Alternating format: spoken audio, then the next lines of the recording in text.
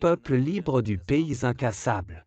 Chaque année, le 1er décembre, nous nous souvenons de l'événement qui a marqué l'histoire. L'événement qui en dit long sur nous tous, sur les Ukrainiens, à propos de qui nous sommes, et de ce que nous ne serons jamais. Le 1er décembre, il y a 31 ans, un référendum a été organisé qui a uni l'ensemble du territoire de notre État. Aucun des nôtres n'est resté en dehors de la décision de l'Ukraine. Kiev et Sébastopol, Odessa et Crimée, Lviv et Tcherkassy, Tchernihiv et Kharkiv, Donetsk et Kherson, Zaporizhia et Louhansk, Khmelnytsky et Kirovorad, Volyn et Dnipropetrovsk, Sumy et Zakarpatia, Frankivsk et Ternopil, Zitomir et Tchernivtsi, Vinnytsia, Kiev, Mykolaïv, Poltava, Rivne. Tout le monde a soutenu. Le peuple a confirmé l'acte d'indépendance de l'Ukraine, librement et légalement. C'était un vrai référendum, pas une imitation. C'était un référendum honnête, et c'est pourquoi il a été reconnu par le monde. Et il était important que non seulement les politiciens, mais aussi les gens mettent un terme à l'histoire de l'Empire, qui s'est construit sur la négation de la volonté des gens. Qui a tué, en essayant de perpétuer la négation de la volonté du peuple, mais que le peuple a renversé de toute façon, et juste par sa volonté.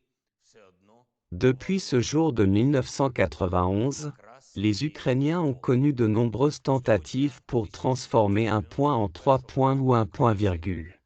Nous avons vu de nombreux personnages qui ne pouvaient pas se calmer du fait que l'Empire était renversé.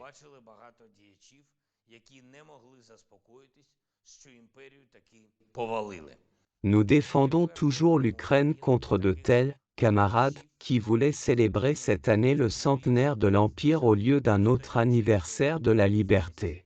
Ils voulaient. Mais ce sera selon les règles ukrainiennes. Notre désir de vivre librement, exprimé le 24 août et confirmé le 1er décembre, ne sera pas brisé. Les Ukrainiens ne seront plus jamais les cailloux de certains empires. Nous l'avons déjà gagné et nous assurerons la pleine indépendance de notre État. Nous assurerons, en particulier, l'indépendance spirituelle. Nous ne permettrons jamais à personne de construire un empire à l'intérieur de l'âme ukrainienne. Une réunion du Conseil national de sécurité s'est tenue aujourd'hui. Une réunion au cours de laquelle nous avons examiné de nombreux faits concernant les liens de certains cercles religieux en Ukraine avec l'État agresseur.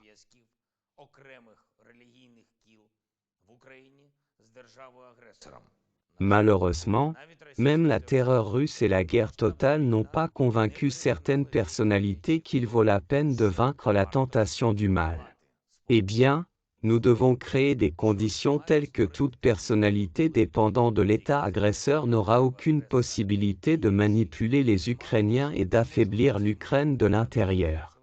Donc, tout d'abord, le Conseil national de sécurité et de défense a chargé le gouvernement de soumettre à la Verkhovna Rada un projet de loi visant à empêcher les activités des organisations religieuses affiliées au centre d'influence de la Fédération de Russie en Ukraine.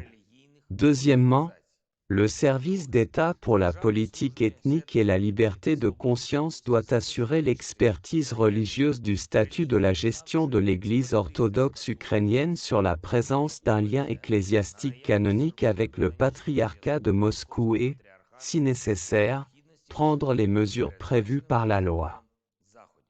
Troisièmement, assurer la vérification de l'existence de fondements juridiques et du respect des conditions d'utilisation par les organisations religieuses du bien situé sur le territoire de la réserve nationale historique et culturelle de Kiev-Péchersk. Quatrièmement, tous les organes compétents en matière de sécurité nationale doivent intensifier les mesures visant à identifier et à contrer les activités subversives des services spéciaux russes dans l'environnement religieux de l'Ukraine, et d'appliquer des sanctions personnelles. Les noms seront bientôt rendus publics. Et cinquièmement, Nous devons élever le statut et renforcer les capacités du service d'État pour la politique ethnique et la liberté de conscience. Cette structure sera réformée, ce qui lui permettra de protéger réellement les droits et les intérêts légitimes des Ukrainiens et de l'État.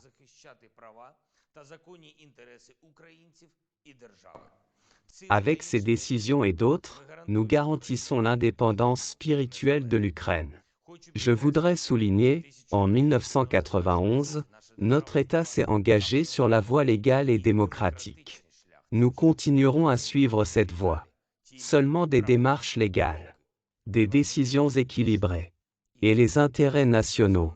Aujourd'hui, nous avons continué à travailler à la mise en œuvre de la formule de paix ukrainienne, que j'ai présentée au sommet du G19, en particulier son paragraphe sur la sécurité alimentaire. À cette fin, je me suis entretenu avec le président du Sénégal et le président de l'Union africaine. À propos de notre initiative Grain de l'Ukraine.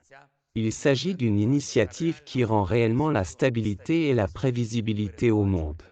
Et aussi sur la manière dont nous pouvons impliquer les pays africains dans la restauration du pouvoir du droit international et la garantie de la plénitude de la sécurité mondiale.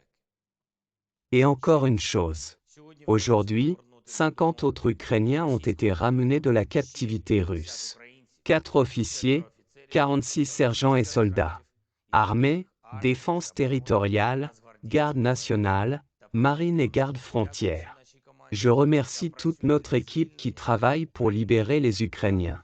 Budanov, Yermak, Uzov, Maliuk, Lubinet. Juste bien fait. Merci à tous ceux qui nous aident. Au total, depuis le 24 février, plus de 1300 Ukrainiens ont déjà été renvoyés de captivité russe.